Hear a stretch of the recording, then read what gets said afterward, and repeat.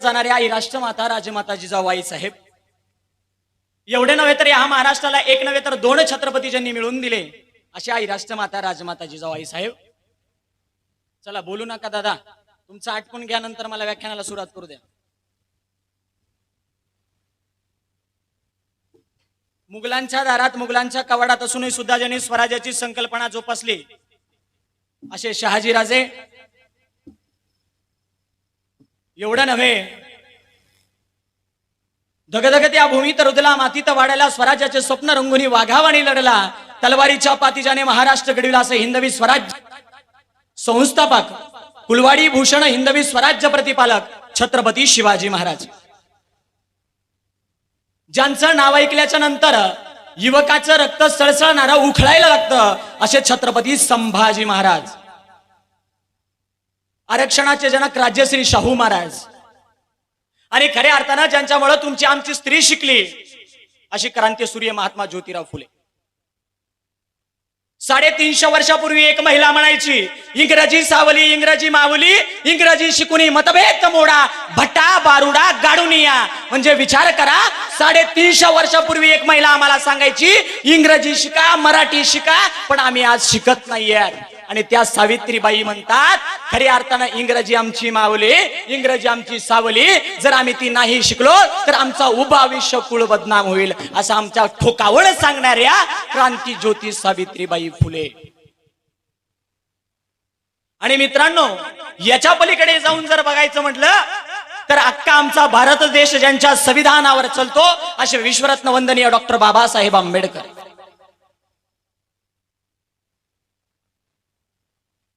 आणि ज्यांनी वारकरी संप्रदायाचा कलशस्थान निर्माण केलं ते माझे तुकोबराय सांगतात, जे जे आपणाशी ठावे ते इतरांनी सांगावे, शहाणे करून सोडावे सकळ जण. अशा जगद्गुरु तुकोबरायानं आम्हाला अहिंसेची वाट दाखवली आणि आमच्या जगद्गुरु तुकोबरायानं आम्हाला खरा वारकरी संप्रदाय मिळवून दिला. पण मित्रांनो, आमच्या गावामध्ये एक अजूनही स्पर्धा चालू आहे आणि अजूनही आमच्या गावामध्ये म्हणतात, 1.5 दिवस शाळेत गेलास का मात्र लई शहाणा झालास का. बरोबर आहे का मित्रांनो? बोलत चला मला. काय म्हणतात? 1.5 दिवस शाळेत गेलास का मात्र लई शहाणा झालास का. मित्रांनो, मात्र या महाराष्ट्राच्या मातीमध्ये ताकद आहे. जो माणूस 1.5 दिवस शाळेत घेतला मात्र त्या माणसाने साहित्यरत्न पदवी मिळवली, म्हणजे साहित्यरत्न अण्णाभाऊ साठे. जिथे मस्तक ठेवावं जिथे मस्तक ठेवावं तिथे नटमस्तक होत नाही, म्हणून या थोर पुरुषांना या वैभवाचा मानाचा मुजरा. आणि मित्रांनो, खऱ्या अर्थानं आमच्या महाराष्ट्राची परिस्थिती जाणून घ्यायचा फक्त आणि बघायचा मुक्त, अशासारखी आमच्या गोष्टी आमच्या समोर हल्ली घडत आहे. मला असं समजलं तुमच्या गावात आल्या आल्या की महालक्ष्मीचा ते काहीचे इव्हेंट आहे, त्याच्यामुळे जास्त महिला इथे येऊ शकल्या नाही. चला, अजूनही सांगलंय, महालक्ष्मी कुठं पळून जात नाहीत, मात्र व्याख्यान नेहमी नेहमी पळून जाणार आहे. म्हणून महालक्ष्मीचं पूजन झालं असतं तर पुनश्च एकदा मी गावातील महिलांना सांगू इच्छितो की व्याख्यानाचा लाभ घेण्यासाठी प्रत्येक या. मला ऐकण्यासाठी नाही आलं तरी चालेल, पण माझे शब्द ऐकण्यासाठी तुम्ही नक्की या. मित्रांनो, याच्या पलीकडे मला दादांना आल्या आल्या सांगितलं, 14 ते 15 वर्ष झालं तुमचा युवक महोत्सव चालू आहे. बरोबर आहे ना? युवांचा महोत्सव. काय नाव ग्रुपचं? नवयुवक प्रेरणादायी विचार मंच. हो, काय पुढं? नवयुवक मित्रमंडळ. खऱ्या अर्थाने मी यांचा सर्वप्रथम तुमच्या माध्यमातून टाळ्या वाजून त्यांचं स्वागत करतो. जवळपास इथं बसलेले लोक किती आहेत? एक साधारणतः 300-200. पण मला अपेक्षित अशा टाळ्या येत नाही. तो टाळ्या वाजवायचा प्लीज. वा, अतिशय छान. म्हणून यांचं अभिनंदन करावं तेवढं कमी. जोक नाही दादा, 15-14 वर्ष झालं हे कार्यक्रम भूमीमध्ये ठरवून ठेवणं आणि जपून ठेवणं. आणि खऱ्या अर्थानं तुमच्या गावामध्ये आल्याच्या नंतर मला साऊंड सिस्टीम खूप जबर वाटली, त्याबद्दल आमच्या दादांचेही मनपूर्वक अभिनंदन करतो. आणि काल मला दादाचा फोन आला, अविनाश दादा तुमच्यातून नेमकाच गेला, आणि अविनाश दादाने मला फोन केला, म्हणला वैभव सिस्टीम खूप भारी. दादा तुमचं आवर्जून त्यांनी नाव घेतलं, आणि गावातील महिला मंडळ तिथं जास्त पुरुषापेक्षा उपस्थित असतात असंही म्हणलं. आणि मी खरं माझं व्याख्यान म्हणजे स्त्रियावण खूप जास्त चालतं, कारण स्त्रियांची ताकद ही स्त्रियांना अजूनही माहित नाही. बरोबर आहे? अजूनही माहित नाही नेमकी स्त्री कोण होती, हेही अजून स्त्रींना माहित नाही. बरोबर आहे. आपल्या स्त्रिया फक्त घरापुरत्याच मर्यादित आहे, चूल आणि मूल, याच्या पलीकडे आमची महिला नाही. आणि आमच्या महिलेला संबोधित करण्याचं काम हे आज मंच करत आहे, आज नवयुवक आहे. आणि त्यांच्या मार्फत, त्यांच्या माध्यमातून असे विचारवंत आपल्या घरासमोर येतात, विचार मंच आमच्या दारासमोर येतात. आणि विचार मंच आणि विचारांचे स्वरूप दाखवणारे माणसं आमच्या गावामध्ये जन्माला येतात. आणि तुमच्या गावातही माझ्यासारखा, दादासारखा अजून जेवढे इव्हेंट ठेवले तसा वक्ता जन्माला यायला पाहिजे, म्हणून यासाठी तुम्ही आम्ही सगळं प्रयत्न करतात. आणि मित्रांनो, सगळ्यात महत्वाचं, स्टेजवर उपस्थित असणारे कृष्णदादा, तुमचं नाव काय? विष्णू पोळ. आणि मला वेळोवेळी मला मार्गदर्शन करणारे, अथवा प्रत्येक अडचणीतून सामोऱ्या, मला प्रत्येक अडचणीमध्ये सामोरे कसं जायचं असे सांगणारे माझे काका आदरणीय दीपक महिपालजी यांचंही मंचावर स्वागत करतो. आणि मित्रांनो, मला एक आवर्जून सांगावंसं वाटेल, मित्रांनो आवर्जून मला एका भगतसिंगांचं वाक्य वापरा वाटेल. भगतसिंग म्हणतात, भगतसिंगाबद्दल एक कवी लिहितो, कभी ओटो के लिए मरो तो कभी नोटो के लिए मरो, कभी ओटो के लिए मरो तो कभी नोटो के लिए मरो, अगर होते भगत सिंह जिंदा तो कहते सुखदेव हम भी किन हराम जादो के लिए मरे. लक्षात घ्या, माझे भगतसिंग सांगतात, माझ्या भगतसिंगाबद्दल एक छोटस वाक्य तो वापरतो, कभी ओटो के लिए मरो तो कभी नोटो के लिए मरो. म्हणजे आमची दुनिया कधी पोरीसाठी मरती तर नोटासाठी मरते. ऐका, कभी ओटो के लिए मरो तो कभी नोटो के लिए मरो, अगर होते भगत सिंग जिंदा. भगत सिंग जर आज जिवंत असले असते तर भगत सिंग म्हणतात, अगर होते भगत सिंग जिंदा तो कहते सुखदेव हम भी किन हराम जादो के लिए मरे. म्हणजे मित्रांनो विचार करा, भगतसिंग म्हणतात या काळासाठी, या देशासाठी आपण वयाच्या कमीत कमी वयामध्ये फाशीला गेलो. आणि आज आमच्या महाराष्ट्रामध्ये आणि आमच्या भारत देशामध्ये आज काय अवस्था, आणि ती अवस्था जाणून घेण्यासाठी आम्ही इथं थांबलेलो आहे. कारण म्हणजे सर कृष्णा भैया, तुमच्या गावातील प्रत्येक लोकांना व्याख्यान समजते. कारण जेव्हा केव्हा मी हा शेर मारला ना, टाळ्या न वाजला असं कधी. कारण भगतसिंगामध्ये ताकद खूप आहे. म्हणजे तुमच्या गावातल्या 50% तरी लोकांना समज. बरोबर. महिला मंडळ कुठे गेले तुमच्या मैत्रिणी? दीदी तुझी मैत्रिणी कुठे गेली, दिसत नाही मला. कुठे गेल्या? बोलवत चला, कॉल असले तर फोन करा. आहेत का नंबर तुमच्याकडे? वा, एकदम महिलांसाठी जोरदार टाळ्या. वा, छान. खऱ्या अर्थानं मला महिला मंडळाचं अभिनंदन याच्यासाठी करा वाटलं, कारण तुमच्या गावात सण आहे मला कळालं, तरी पण एवढ्या महिला उपस्थित आहे. सण असून बी मात्र बायकांचे ठाट खूप असतात सण असल्यावर सर. कारण सगळ्यात महत्वाचं तुमच्याबद्दल बोलावं असं वाटतं तेवढं कमी. मला वाटतं जगातील पहिला शोध म्हणजे शेतीचा माझ्या स्त्रियांनी लावला, हे तुम्हाला माहितीये? जगातील पहिला शोध हे स्त्रीनं शेतीचा लावला, हे किती जणाला माहितीये? म्हणजे माझं व्याख्यान म्हणजे मी लिहून आणलं, पाठ करणं, भडबड बोलणं, याला माझं व्याख्यान नाही बरं का. आधीच सांगतोय, माझं व्याख्यान म्हणजे तुमच्याशी बोलणं, याला म्हणायचं व्याख्यान. कोणीतरी त्याचा लिहिलेला कागद आणणं, बडबड बोलून दाखवलं, याला व्याख्यान म्हणत नाहीत. जे तुमच्याशी खऱ्या अर्थानं डिस्कस करतो त्याला म्हणायचं व्याख्यान. शेतीचा पहिला शोध कोणी लावला? माझ्या महिलांनी लावला. बरोबर. सांगू तुम्हाला पटायसारखं, चला बोलू नका, पटायसारखं सांगू.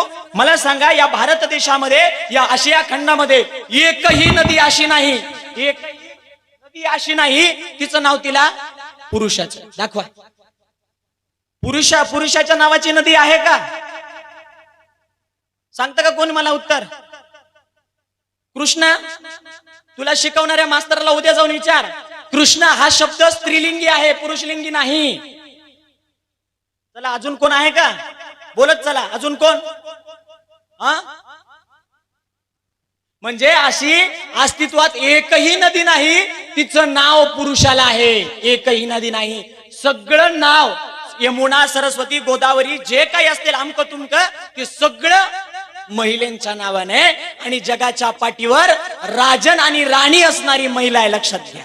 अजून बी तिरुपतीच्या ठिकाणी जा मित्रांनो, तिरुपतीच्या ठिकाणी गल्ल्यावर बसलेली तुम्हाला महिला दिसन, पुरुष दिसत नाही. म्हणून माझ्या स्त्रींचं, म्हणून माझ्या स्त्रींचं किंवा माझ्या छत्रपती शिवरायांच्या काळामध्ये एक ब्रीत वाक्य नांदत होतं, इडापिडा जाऊ दे बळीचं राज्य येऊ दे, इडापिडा जाऊ दे बळीचं राज्य येऊ दे. कोणता पुरुष म्हणला का हो इडापिडा जाऊ दे बळीचं राज्य येऊ दे? खरं इमानदारीनं मायमायच्यानं सांगा, कोणतं म्हणला का? कोणताच पुरुष म्हणला नाही. फक्त इडापिडा जाऊ दे बळीचं राज्य म्हणणारी माझी महिला होती. लक्षात घ्या मित्रांनो, माझी माय चुलीच्या जर बाहेर गेली, मुलाच्या जर बाहेर गेली तर तिचं प्राधान्य आणि त्याची शौर्यता खूप मोठी आहे हे समजून घ्या. म्हणून आपल्या घरातली प्रत्येक महिला बोलायला शिकली पाहिजे. म्हणून आपल्या घरातली प्रत्येक महिला प्रत्येक व्याख्यानामध्ये दिसली पाहिजे. लक्षात घ्या. आणि इथून पुढे संकल्पना तुम्ही असे पकडा की आमच्या घरची महिला प्रत्येक कार्यक्रमामध्ये दिसली पाहिजे. कारण लक्षात घ्या, तुम्हाला माहिती आहे ना, माझ्या महासाहेब जिजाऊने एक वाक्य शिवरायांबद्दल वापरलं होतं. तुम्हाला इतिहासामध्ये थोडस नेतो, परत इतिहासाच्या बाहेर आणतो, परत आधुनिक इतिहासाकडे नेतो. मित्रांनो, तेव्हा महासाहेब जिजाऊने एक शिवरायांबद्दल वाक्य बोललं होतं. जेव्हा छत्रपती शिवरायांच्या राज्यामध्ये, जेव्हा छत्रपती शिवरायांच्या गडावर, जेव्हा छत्रपती शिवरायांच्या किल्ल्यावर बाया नाचवण्याचा कार्यक्रम चालू होता, म्हणजे अर्थात नृत्य करण्याचा कार्यक्रम चालू होता. मग ते कोणते बी असो, आपल्याला माहित नाही, आपल्याला त्याच्याशी घेणं देणं नाही. फक्त महासाहेब जिजाऊ शिवरायांना काय म्हणले हे लक्षात. तुम्ही ऐकलं असेल, परत माझ्या वाणीतून मी तुम्हाला सांगण्याचा प्रयत्न करतो. जेव्हा छत्रपती शिवाजी महाराज रांगडा खेळत होते, म्हणजे त्याच्या अर्थाने तलवारीच्या बाजीचा खेळ खेळत असताना एकदा तलवार त्यांच्या हातातून सुटकली, हातातून अशी सुटकली ती बाजूला पडली, आणि बाजूला पडताच कोण्यातरी घुंगराचा राजे छत्रपती शिवरायांच्या कानावर आवाज आला. आणि त्या घुंगराच्या दिशेने माझे छत्रपती शिवराय जात होते. आणि घुंगराच्या दिशेने जात असताना माझ्या महाराजांना असा पडदा हटवला. पडदा हटवल्याच तिथं बायांचं नृत्य चालत होता, आणि नृत्य चालवत होते अनाजी पंत सारखे माणसं. पंत म्हणत आणि थंट, याला मी नेहमी म्हणत असतो नेहमी.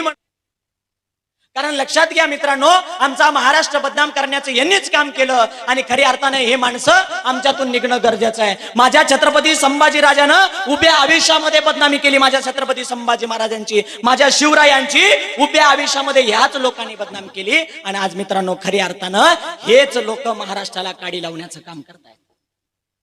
आणि जोपर्यंत आम्ही ह्यांच्या गोष्टीमधून सुटकत नाहीत ना, तोपर्यंत आम्हाला न्याय मिळत नाही. म्हणून माझे तुकोबराय सांगायचे, जे जे आपण अशी ठावे ते इतरांना सांगावे, शहाणे करून सोडावे सकळ जण. म्हणजे माझे जगद्गुरु तुकोबराय सांगतात, जे जे आपण अशी ठावे, जे जे मला आहे ते इतरांना देण्याचा प्रयत्न करा. मग तसंच झालं, जे संतांना माहित होतं ते महापुरुषांना दिलं, आणि जे महापुरुषांना दिलं त्यांनी बहुजनांना घेतलं, आणि ज्यांनी आपल्याला माहित होतं ते आम्ही असे व्याख्यानाच्या माध्यमातून लोकांना सांगत. मित्रांनो, याच्यातला अंश आम्हाला कळायला पाहिजे. जेव्हा छत्रपती शिवराय घुंगराच्या दिशेने जात होते, तेव्हा पडदा अटकला की बाया नसताना दिसल्या. तिथं पंत मंत थंट होते, आणि त्यावेळेस महासाहेब जिजाऊंच्या कानावर ही गोष्ट गेली. महासाहेब जिजाऊंच्या कानावर गोष्ट कशी गेली की बाळ शिवबा महिलांच्या नाच गाण्याकडे जात आहेत. तेव्हाच एकदा एक पळत दाशी महासाहेब जिजाऊंकडे गेली, आणि महासाहेब जिजाऊंना सांगितलं, आई साहेब बाळराजे एका गोष्टीकडे गेलेत, ती तुम्हाला माहिती आहे का? महासाहेब जिजाऊ म्हणले नाही. आणि बाळसाहेब असे कुठंतरी जातील कसं? गडाशिवाय तर जाणार नाहीत कुठं. मग तेव्हा अजून त्या माऊलीनं कडकडून सांगितलं, महासाहेब तुम्हाला माहित आहे का, छत्रपती शिवाजी महाराज बाया नाचवणाऱ्या नृत्याकडे गेलेत. त्यावेळेस महासाहेब जिजाऊ तंतनल्या, आणि खऱ्या अर्थानं महासाहेब जिजाऊंच्या डोळ्यामध्ये आघाचे थयांगे निघायला लागले. महासाहेब जिजाऊ चिरड्या, आणि तसंच त्या महलाकडे पळत आल्या. महलाकडे पळत असताना महासाहेब जिजाऊंचे डोळे शिवबाने बघितले. एकूण एकाचे डोळे समोरासमोर लागत होते. त्यावेळेस महासाहेब जिजाऊंच्या डोळ्यातून अश्रू निघाले. राजन, हे बाळ शिवबा, तुला माझं छाताडाचं दूध पाजून वाढवलंय. शहाजी राजानं युद्धाचं प्रणांगण म्हणून तुम्हाला शिकवलंय, आणि खऱ्या अर्थाने या गडावर जरी नाच गाणे चलत असतील तर तुम्ही ते नाच गाणे बघू नये. कारण तेव्हा एक ब्रीत वाक्य महासाहेब जिजाऊनं वाचवलं, राजे तुम्हाला बाया नाचवणारा शिवबा नाही व्हायचं, तर बाया वाचवणारा काय व्हायचे? शिवबा व्हायचंय. म्हणून लक्षात घ्या, या भटा बामणांना सुरुवात केली, आमच्या आया बहिणी नाचवण्याचं काम केलं. आणि जोपर्यंत आया बहिणी नाचवण्याचं काम बंद होत नाही तोपर्यंत महाराष्ट्र सुधरत नाही. लक्षात घ्या. जसं की आज आम्ही लावण्या बघायला जातो. अहो मित्रांनो, महाराष्ट्र खालील खेळ असणार आमच्या लावण्या, आणि आमच्याच लावण्यामध्ये आमची मित्राची बायको नसती, आणि आमच्याच लावण्यामध्ये आमची बहीण नसती, आणि तेच आम्ही बघायला जातो आणि लाखोने पैसे उधळतो. आम्हाला लाज वाटत नाही. का लाज वाटत नाही? कारण यांनी काम करून दिलेल्या गोष्टी इंद्राच्या दरबारामध्ये बाया नाचायच्या वर तोंड घेऊन करून सांगतो, आणि आपण त्या इंद्राची पूजा करतो. लाज वाटत नाही? मित्रांनो, तुम्ही म्हणता ना हा माणूस कसा बोलायला आहे, मी एक हरिभक्त परायण आहे, मी बी कीर्तन करतो, नेमकीच माझी कथा तिकडे चालू आहे, पण मी जगाला सत्य काय आहे ते दाखवण्याचा प्रयत्न. मित्रांनो, नेमकंच मी देवी भागवत करून माझ्या काकाच्या गावून इथं आलोय, कारण माझ्या काकाच्या गावामध्ये देवी भागवत माझं चालू आहे. आणि तिथं पहिल्या स्कंदामध्ये असं लिहिलेलं आहे, तुम्ही उपवास करा, प्रॉब्लेम नाही. तुम्ही नवरात्र आहे ना, आता देवी बद्दल थोडस बोलतो, तुम्ही उपवास करा, काही प्रॉब्लेम. तुम्ही इतर बाहेर जा, काही प्रॉब्लेम नाही. मात्र चपलाचं व्रत धरावं का हो तुम्ही? चपलाचं व्रत, चपलाचं कुठं व्रत असतं का? पण माझ्या ग्रंथामध्ये कधी देवी भागवत चालून बघा, चपलाचा उल्लेख कुठंच केला नाही. म्हणून आपण हे मूर्खाचे धंदे, चपलाचे व्रत धरायचे नाही. आणि दुसरी गोष्ट, तुमच्या सगळ्यांची प्रिय असणार अंगात खेळणं. माहिती काय असणार? अंगात खेळणार. ती बाई फक्त एवढंच म्हणती 151 टाकतात, तुम्ही लगेच 151 टाकतात. म्हणून ह्या मूर्खांच्या नादी लागायचं नाही दादा. हे तुम्हाला येडं करतात, गुळफाडून टाकतात आणि देवीचं नाव बदलतात. तुम्हाला जाणून घ्यायचंय का खरी देवी म्हणजे काय? माझं खरं व्याख्यान इतिहासावर नाही मित्रांनो, माझं खरं व्याख्यान पूर्वगामी विचारांच्या लोकांवर आहे. माझं खरं व्याख्यान तुमच्या गावातल्या प्रत्येक तरुणाईवर आहे, आणि तुमच्या गावातल्या प्रत्येक कण कण भर महिलावर माझं व्याख्यान आहे. म्हणून मला इथं कृष्णाभाईंनी आणि तुमच्या गावातील प्रत्येक युवकांनी आमंत्रित केलं. जवळपास मित्रांनो 1.5 महिना झालं मी बाहेर आहे, घराचं तोंड अजूनही बघितलं नाही. आणि प्रत्येक स्तुतीमध्ये मी इकडे तिकडे फिरतोय. का? कारण माझा महाराष्ट्र बदलला पाहिजे, आणि जसा महाराष्ट्र बदलला तसं तुम्ही आपोआप बदलायला लागतात. ही मी नाही सांगत, हे माझे छत्रपती शिवराय सांगतात. आणि छत्रपती शिवरायांबद्दल एक खूप छान कवी लिहितो मी अनेकदा. ऐका, छत्रपती शिवरायांबद्दल एक कवी लिहितो, मी अनेकदा सूर्य मावळताना पाहत होतो, मी अनेकदा सूर्य मावळताना पाहत होतो, मी अनेकदा चंद्र डुबताना पाहत होतो, पण आज पहिल्यांदा माझ्या राजाचा महाराष्ट्र डुबताना पाहत आहे. आज माझ्या पहिल्यांदा माझ्या राजाचा महाराष्ट्र डुबताना पाहतोय. का कवीनं लिहिलं असं नव्हतं असं? त्याचं कारणच एक आहे की आमच्या महाराष्ट्रामध्ये, आमच्या घरादारामध्ये जातीचा थयांग नाचलेला आहे. आणि जातीचा थयांग जोपर्यंत निघत नाही तोपर्यंत आम्ही मुक्त विधी होत नाही. माझे संत कबीर म्हणायचे, जब हम पैदा हुए, माझे कबीर म्हणायचे, लक्षात घ्या, जब हम पैदा हुए, जब हम पैदा हुए तब जग हसे हम रोहे, ऐसी करणी कर चले हम, जग रोहे हम हसे. याचा अर्थ किती जणाला कळाला? इमानदारीने सांगा, मायछान कोणालाच कळाला नाही.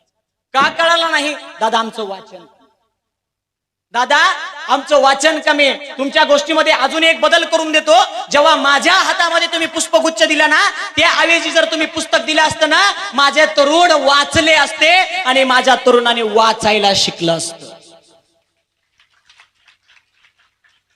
आणि जोपर्यंत माझा तरुण वाचत नाही तोपर्यंत आमचं काहीच खरं नाही. दादा काल परवा माझं व्याख्यान होतं एपीजे अब्दुल कलाम अकॅडमी मध्ये, म्हणजे स्पर्धा परीक्षाच्या पोरापुढे माझं व्याख्यान होतं. तिथंही मी एकच शब्द बोललो, दादा 25-25 वर्षाचे असताना आमचे पोरं अजूनही बापाकडून पैसे घेतात. ही सगळ्यात मोठी शोकांतिका आहे. आणि जोपर्यंत या महाराष्ट्रातील याशी शोकांतिका बदल घडत नाही तोपर्यंत आमचा जे शिवरायांना राज्य अभिषेक होता, जे शिवरायांना राज्यातला अभिषेक कसा करावा हे अपेक्षित होता, तोपर्यंत आम्हाला आमचं कर्तृत्व लक्षात येत नाही. हा सगळ्यात महत्वाचं कारण. मित्रांनो, कणाकणामध्ये जगत असताना आम्ही दोनच व्यक्ती आम्हाला माहिती आहेत, छत्रपती शिवाजी महाराज, महासाहेब जिजाऊ आणि छत्रपती संभाजी महाराज. मी जर इथं प्रश्न मांडायला सुरुवात केली ना, एकालाही प्रश्न येणार नाही, माझी गॅरंटी. यांचाच प्रॉब्लेम नाही, यांना शिकवणाऱ्या मास्तरांचा प्रॉब्लेम आहे. यांच्या शिकवणाऱ्या मास्तरांचाच प्रॉब्लेम नाही, जे लिखाण करतात, जे पुस्तक लिहितात त्यांचा प्रॉब्लेम आहे. खरं सांगा, शहाजी राजांच्या वडिलाचं नाव इथं कोणाला माहिती? फक्त किंचित एक दोन सोडले. कोणाला माहिती आहे? महासाहेब जिजाऊंच्या आईचं नाव कोणाला माहिती आहे? एक दोन सोडले. का हो हे का असं? मला सांगा, महाराष्ट्राचे आराध्य दैवत छत्रपती शिवाजी महाराज आहेत. तुम्ही डोक्यावर घेऊन छत्रपती शिवरायांना नाचता. प्रत्येक महाराष्ट्रामध्ये छत्रपती शिवरायांचं माणूस पूजन करतो. मग आम्हाला खरा इतिहास माहित का नाही? कधी सांगितलं तुम्हाला? आम्हाला लाखो लेखकांनी सांगितलं, छत्रपती शिवाजी महाराजाला आई तुळजाभवानी प्रसन्न होती. मग आई तुळजाभवानी प्रसन्न होती तर माझे छत्रपती शिवाजी महाराज 50व्या वर्षात का गेले? हा आमच्या पुढे प्रश्न मांडतोय. का गेले कोणी सांगू शकेल का मला? दादा, ह्या लिहिलेल्या भाकड कत्ता आहेत आणि या भाकड कत्ता आपल्याला समजत नाहीत तोपर्यंत आम्ही खरे श्रीमंत होत नाही. महासाहेब जिजाऊ सांगतात की शिवबा, अख्ख्या जगाने तुम्हाला नाव ठेवलं तरी चालेल, मात्र तुमच्यावर विश्वास करणारा माणसाने जर नाव ठेवलं ना, तुम्ही संपलात. लक्षात घ्या. म्हणून आजकाल घरातला माणूस घरातल्या माणसाची घात घेत आहे, घरातला माणूस घरच्याच माणसाला मारतोय. म्हणून आम्हाला शिवराय कळत नाही. ही आमची सगळ्यात मोठी शोकांतिका. आणि जोपर्यंत आम्हाला लक्षात येत नाही, ते एज्युकेट लोक बरेच दिसत आहेत. थोडस टोचन मी बोललेलो, मात्र धडक बोलतोय. मी आताच सांगितलं, इथं प्रतिगामी विचारांचे, पूर्वगामी विचारांचे लोक असतील तर मला सांगा. धडक बोलतो, थोडस टोचन, मात्र सत्य आहे. एक दिवस तुम्ही माझं नक्की नाव घेताल. कशामुळं? कारण जे सत्य आहे ते सांगण्याचं काम मी करतो. युट्यूब माझ्या समोर आहे. युट्यूबवर माझे 335 व्याख्यान आहेत मित्रांनो. पण 335 व्याख्यानापैकी एकाच्या माईच्या लालामध्ये हिंमत नव्हती की हा वैभव शेटेला काही म्हणू शकला नाही. कारण एवढं टोकाचं बोलणारा मी पहिला वक्ता नसून माझ्या पाठीमाग माझे गुरुवर्य बोलायचे, त्यांचंच शिकून मी बोललोय. म्हणून जोपर्यंत आपण टोकाचं बोलत नाहीत, जोपर्यंत आपल्याला काटे टोचत नाहीत, तोपर्यंत आपल्याला खरी परिस्थिती जाणवत नाही. आणि ती परिस्थिती जर जाणीव व्हायची असेल तर आपल्याला पुस्तकं वाचावं लागतील. दादा, पुस्तकं कोणाचे वाचावे? पुस्तक आयऱ्या गैऱ्याचे वाचू नये. पुस्तक माझ्या बाबासाहेबांचं वाचा, पुस्तक माझ्या शिवरायांचं वाचा, पुस्तक माझ्या अण्णाभाऊ साठेंचं वाचा, पुस्तक टिप्पू सुलतानचं वाचा आणि पुस्तक विविध संतांचे वाचायला शिका. जोपर्यंत तुम्हाला संत कळत नाही तोपर्यंत इतिहास कळत नाही. इथले किती जण म्हणतात जगद्गुरु तुकोबराय शिवरायांचे गुरु होते? वा, अभिनंदन दादा तुझं. इथले किती जण म्हणतात की रामदास शिवरायांचे गुरु होते? म्हणजे गावात तुमच्या इतिहास रुजलेला आहे असं म्हणायला काही हरकत नाही. मग दादा, ज्या लाचाराने आम्हाला सांगितलं ना शिवरायांचे गुरु रामदास होते, त्याच्या आधी आपण कानाखाली मारला पाहिजे. आणि कानाखाली असा मारला पाहिजे की त्याने दुसऱ्या वेळेस जगद्गुरु तुकोबारायांचं नावच घेतलं. कारण मित्रांनो, आमचे दलिंदर लोक आमच्यात अहिंसा पसरायला लागलेले आहेत. म्हणून आपण सत्याचं पुस्तक वाचलं पाहिजे. म्हणून आपण सत्य काय आहे ते जाणून घेतलं पाहिजे. तुमचा अजूनही डाऊट क्लिअर करतो. खोल मध्ये जाऊन विचार करा, ज्या देवीची आपण आज पूजा करतो ती देवी नेमकी कोण आहे? महिला मंडळ कोण आहे? कोण आहे देवी? महिला मंडळ कोण आहे? देवीला किती हात आहेत? 8 हात असतात का कोणी माणसाला? हे तुम्हाला माहिती तरी म्हणाल 8 हात आहेत. 8 हाताचं रिझन काय? कृष्णाला किती बायका होत्या? 16,000. अतिउत्तम, तुझा अभ्यास चांगला आहे, अभिनंदन तुझं. खरंच एक किती? 16,108 खरंच बायका असतील का? असतील का? मी महाराज आहे बर का, मी माझ्या संप्रदायाकडून बोलतो. तुमचा डाऊट, जसं की तुम्हाला आम्ही अंगात सांगितलं, जसं की तुम्हाला मी चप्पलात सांगितल्या, डाऊट क्लिअर करतोय तुमचा. फक्त मला सांगा, त्या काळामध्ये गवळ्याच्या घरच्या बाया म्हणजे तरुण मुली तो कंस घेऊन जायचा आणि कंस घेऊन जायचा आणि कुरागरामध्ये त्यांना काम करायला लावायचा, मरणाचं काम करायला लावायचा. शेवटी ती स्त्री स्वतःची आत्महत्या करायची. आणि असा कृष्ण जन्माला आला की तो कृष्ण म्हणायला लागला, माझ्या घरी आणि माझ्या राज्यामध्ये कोणी स्त्री असेल, त्या स्त्रीला जर तुम्ही कंसाकडे पाठवलं तर माझ्या इतकं वाईट नाही. म्हणून विचार करा, तिथली प्रत्येक स्त्री म्हणायला लागली की कृष्णाची दासी आहे मी. दास म्हणजे काय? दास म्हणजे काय? बोलत चला. दास म्हणजे नौकर. म्हणून माझे जगद्गुरु तुकोबाराय सांगतात, चित्ती नाही असं ज्याचा पांडुरंग दास. ज्याच्या चित्तात तिला इतका स्वार्थ नसतो त्याचा दास पांडुरंग होतो, म्हणजे नौकर होतो. मग त्याच गोष्टी आम्हाला समजल्या पाहिजे. छोट्या छोट्या गोष्टी आम्हाला दडून ठेवल्यात महाराज, पण या छोट्या छोट्या गोष्टी आम्हाला माहित नाहीत. आणि जेव्हा छोट्या छोट्या गोष्टी माहित होतील ना, तेव्हा तुमच्या तर किती भारी वक्ता येऊ द्या, तुम्ही उठून प्रश्न विचारता. ही ताकद मला या डिग्रस मध्ये निर्माण करायची. आणि मी खऱ्या अर्थानं म्हणून इथं हे तुम्हाला पूर्वगामी पद्धतीचं आणि खरं काय आहे ते सांगण्याचा प्रयत्न. मित्रांनो, याच्या पलीकडे सांगू का तुम्हाला अजून खोलमध्ये जाऊन? या देवी देव म्हणतो ना आपण, यांचं नाव आहे गणराणी. गणराणी गणराणी म्हणजे ज्यांचं वशीकरण केल्या जातं ती गणराणी. तो नरसिंह, तो राजा आणि विविध प्रकारचे प्रत्येकाचं नाव घेत नाही, पण यांचं कारण सांगतो. राजा किती जणाला माहितीये? राजा किती जणाला माहितीये? वा दादा, तुमचं अभिनंदन. म्हणजे बाकीच्यांना माहित नाही. कारण दादा, आमच्याकडे एवढी मोठी शोकांतिका आहे, आम्ही हात वर करायला सुद्धा लाज वाटते आम्हाला. काय वाटते? हात वर करायला तरी लाज वाटते. म्हणूनच या महाराष्ट्रामध्ये एका महिन्यामध्ये 1000 बलात्कार होतात. किती? मी कॉन्ट्रॅक्ट काढले स्वतः. मी एका संघटनेमध्ये काम करतो दादा, आणि ती संघटना महाराष्ट्रभर बलात्कार मुक्त राहण्याचं काम करत असते. जसं की तुमच्या बाजूला सेलूला अल्पवयीन मुलीवर बलात्कार झाला दादा. मला सांगा बरं, कोण्या माईचा लाल, कोण्या संघटनेवाला तिथं आला का? त्या माणसाला मारलं का डायरेक्ट त्यांनी? नाही, जेलमध्ये दिलं. का आला नाही? कारण आमच्याकडे जे संघटित लोक आहेत ना ते कमी आहेत. विचार करा दादा, शाळेत जाणारी मुलगी तिच्या भावा सगट तिला उचलल्या जाते. म्हणजे खरंच म्हणतील का शिवराय माझा हा महाराष्ट्र होता? खरंच म्हणतील का माझे शिवराय हा महाराष्ट्र होता?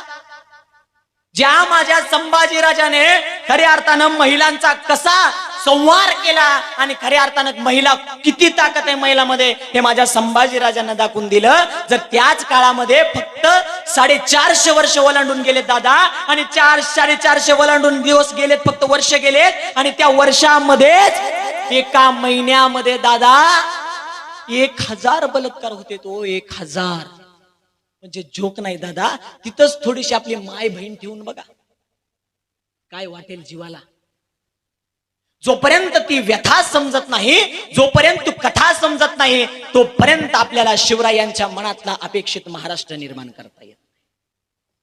आणि ते महाराष्ट्र निर्माण करण्यासाठी आपल्याला इकडं तिकडं गुंडावं लागेल. इकडं तिकडं गुंडावं लागेल म्हणजे सगळ्यात महत्वाचं पुस्तक वाचावे लागेल. खरं सांगा इमानदारीने मित्रांनो, इकडे बघा, लक्ष द्या माझ्याकडे. किती जणांनी 3 पुस्तक वाचली तिथे? इमानदारीने सांगा. मी 3000 पुस्तक वाचलेत. किती? 3000. म्हणजे विचार करा, तुम्ही पुस्तक वाचलेलं मी वाचलेलं असेल कदाचित. मग मी प्रश्न विचारला अवघड होईल. इमानदारीने सांगा, एक नसेल वाचलं हातवाली करा. मी तुम्हाला पुस्तक वाचायची पद्धत सांगतो. कोणी वाचलंय? कोणीच वाचलं नाही असं म्हणायला काय हरकत नाही. प्रत्येकानं वाचलं, पण सांगायची लाज वाटते. का वाटते? कारण आपल्याला भीती आहे. सत्य काय आणि खोटं काय हे आपल्याला माहित नाही. आणि ते माहित करण्यासाठी आम्हाला प्राचीन काळामध्ये घुसावं लागतं.